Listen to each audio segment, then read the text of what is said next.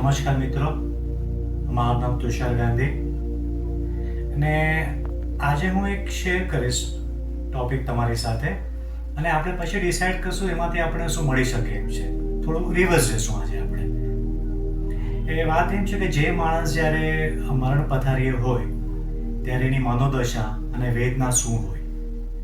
હું મારા ખાસ મિત્રની વાત કરું છું કે જે 2-2.5 વર્ષથી કેન્સરની સામે ફાઇટ કરી અને એણે જીવ છોડ્યો. પણ એ માણસ પાસે શીખવા શું મળ્યું એઝ અ ફ્રેન્ડ અમને લોકોને. એક તો એ માણસે 2 વર્ષથી ફાઇટ કરતો હતો. એને ખબર હતું કે ભવિષ્યનું આઉટકમ શું હોય, પણ 2 વર્ષમાં ક્યારેય એના મોઢે નેગેટિવ વાત સાંભળી નથી. એને ફોન કરીને પૂછીએ, તું કેમ છે ભાઈ? તો કે ફર્સ્ટ ક્લાસ છું, નો વરીસ.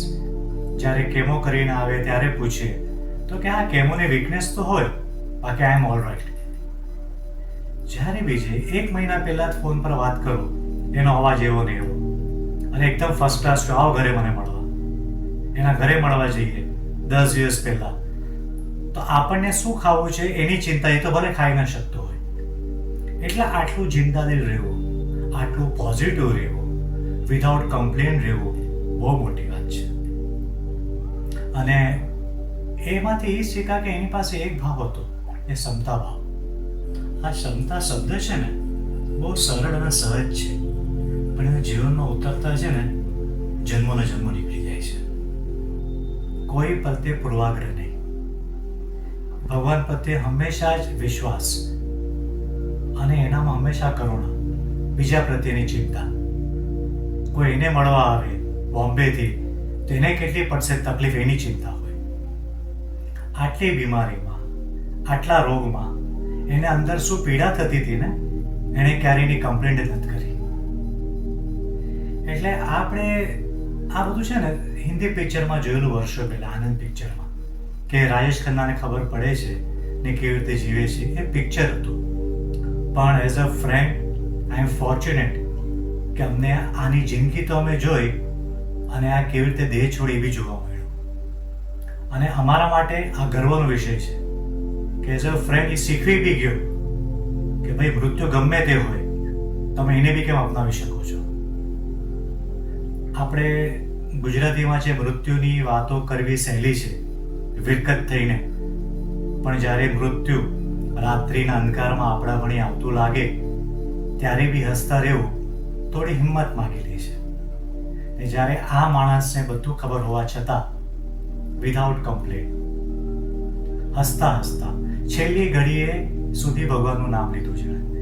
અને આ એટલા માટે શેર કરું છું કારણ મેં ઘણા લોકોને જોયા છે, વડીલોને, કે આખી જિંદગી સેવા કરતા હોય ભગવાનની, પણ જ્યારે અસાધ્ય રોગ આવે ને ત્યારે અણગમો ન કહેવાય, પણ ભગવાન પ્રત્યે એક નારાજગી થઈ જાય કે મારી સાથે આ શું કર્યું તમે, ને ત્યારે થોડું ભગવાનનું નામ લેવાનું જતું કરતા હોય છે. ત્યારે આ માણસમાં કોઈ મેં નારાજગી જોઈ જ નથી ભગવાન પ્રત્યે. યંગ છે તો બી એટ ધ એજ ઓફ 55 એનામાં કોઈ કમ્પ્લેન્ટ નથી એની સાથે શું થયું. એટલે આમાંથી મારા હિસાબે તમે શીખવાનું એ જ છે કે આપણે જિંદગીમાં નાની નાની સિચ્યુએશન જે આવે છે ને એમાં આપણે થાકી જઈએ છીએ, હારી જઈએ છીએ. ભગવાનને કહે મારી સાથે તમે આવું શું કર્યું, ધંધામાં નુકસાન થયું, તમે શું કરો છો મારી સાથે, હું પરીક્ષામાં ફેલ થઈ ગયું, કોઈ બી નાની મોટી ચીજ.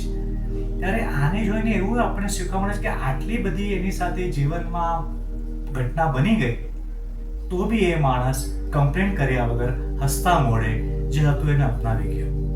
તો આપણે જિંદગીના નાના નાના પ્રોબ્લેમમાં અપનાવી ન શકીએ, બહુ નાની વાત છે.